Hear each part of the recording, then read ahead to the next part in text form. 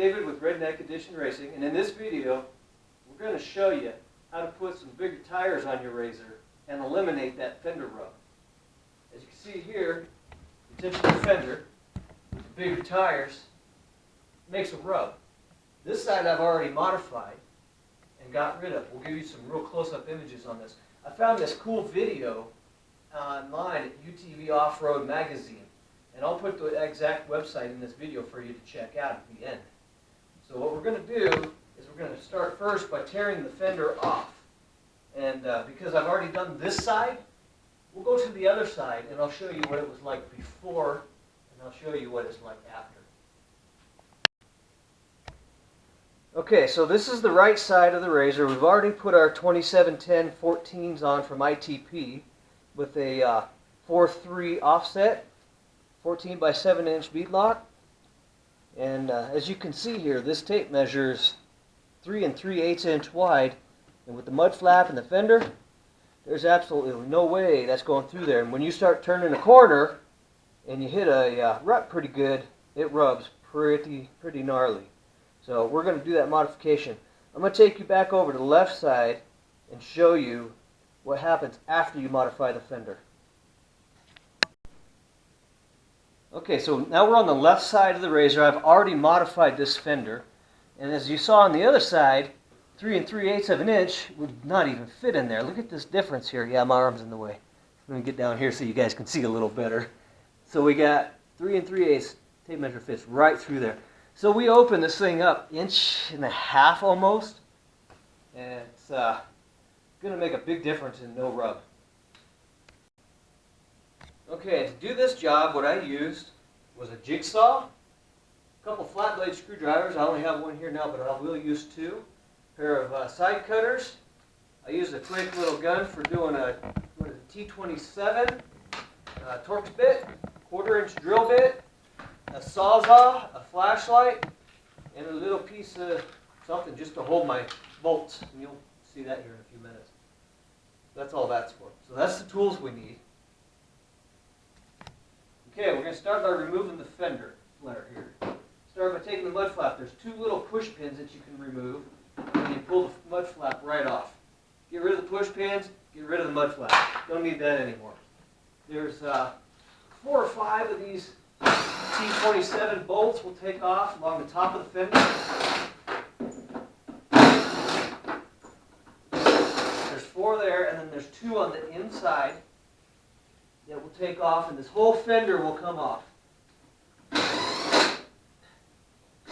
Now the ones on the inside are a little tougher when we go back on because they actually go into the pipe, into the framing of the razor, where the rest of them are just little clips. Now make sure you don't lose your clips here, here, and here. And then this clip back here, I'll get you a close-up in a minute. This clip we're going to remove and move it to a different spot.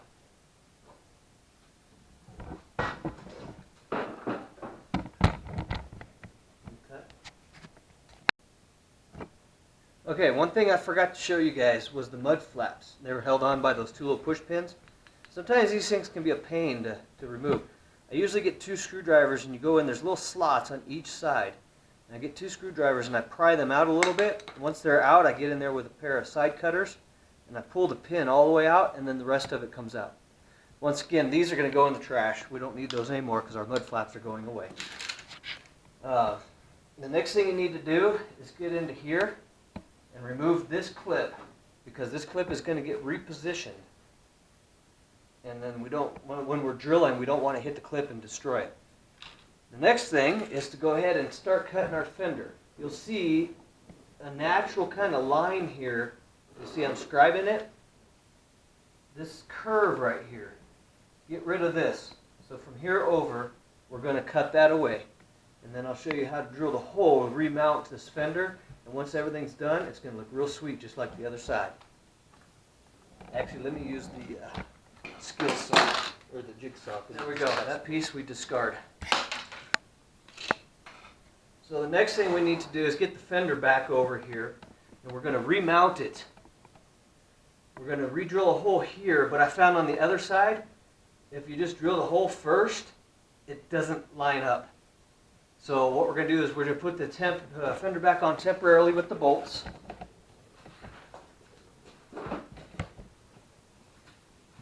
The long ones go up here, and then the short ones, right here, these guys, go in through here and into the frame.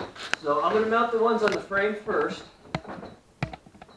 just because they're the hardest to get to. I'm not going to tighten them all the way down, I'm just going to use them to hold it in place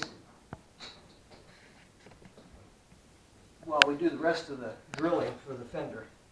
Okay, where's my small screw? There it is.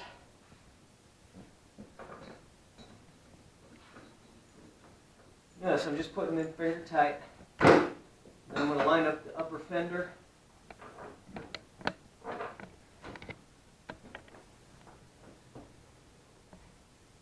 I said, those clips, you got to watch out you don't lose them. This one just fell off. It's not in the right spot. But I'll skip that one for now. I know I'm going to put this one in right here. Now this one, the one on the very, very bottom, that one is going to get relocated. So I want to not snug it, but get it almost to the point where it's touching the fender. Put all these in here. This one here, like I said, the little clip fell out. So I'm just going to leave that one for now. Maybe not. Let me get the clip in there. I want to do it right so I don't mess something up. Okay? Okay, so now I got the top 3 bolts in, the bottom bolt. These 2 bolts here, the bottom bolt's going to get drilled out now. But to drill that, I'm going to pull back. You see how I pull back on that fender? Once I pull back on that fender, I'm going to use my 1/4 inch drill bit, pull back, and I'm going to drill that hole now. You want to make sure there's nothing on the back side before you drill. I've already checked that. There's nothing back there. So now that I got that in there, I'm going to take the fender back off one more time. Switch back over to my T27 for you guys.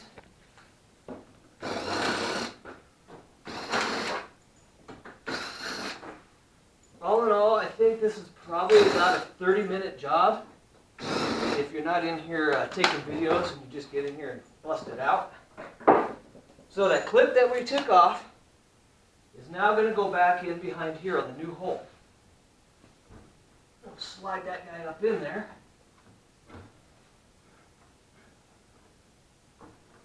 Make sure you put it on the right way. Just like that. So now we'll put the fender back on. And once again, I think I'm going to start with the small holes since they're the hardest to line up. So we'll put this back in here.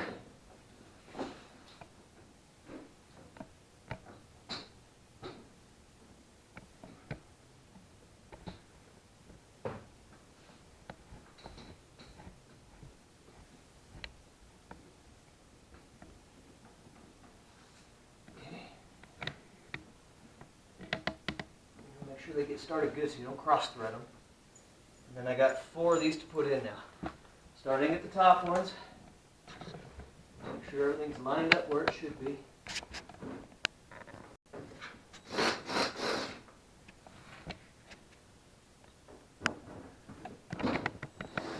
Okay, so now that you got them all in the top 3 and these 2 on the inside, we're going to push back on the fender and put that last screw in.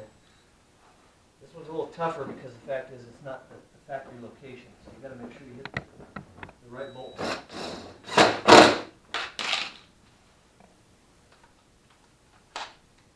1, 2, 3, 4.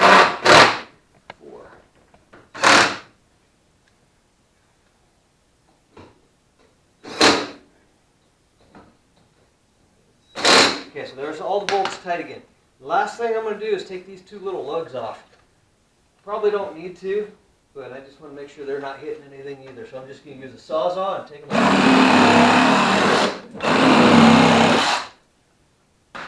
Done.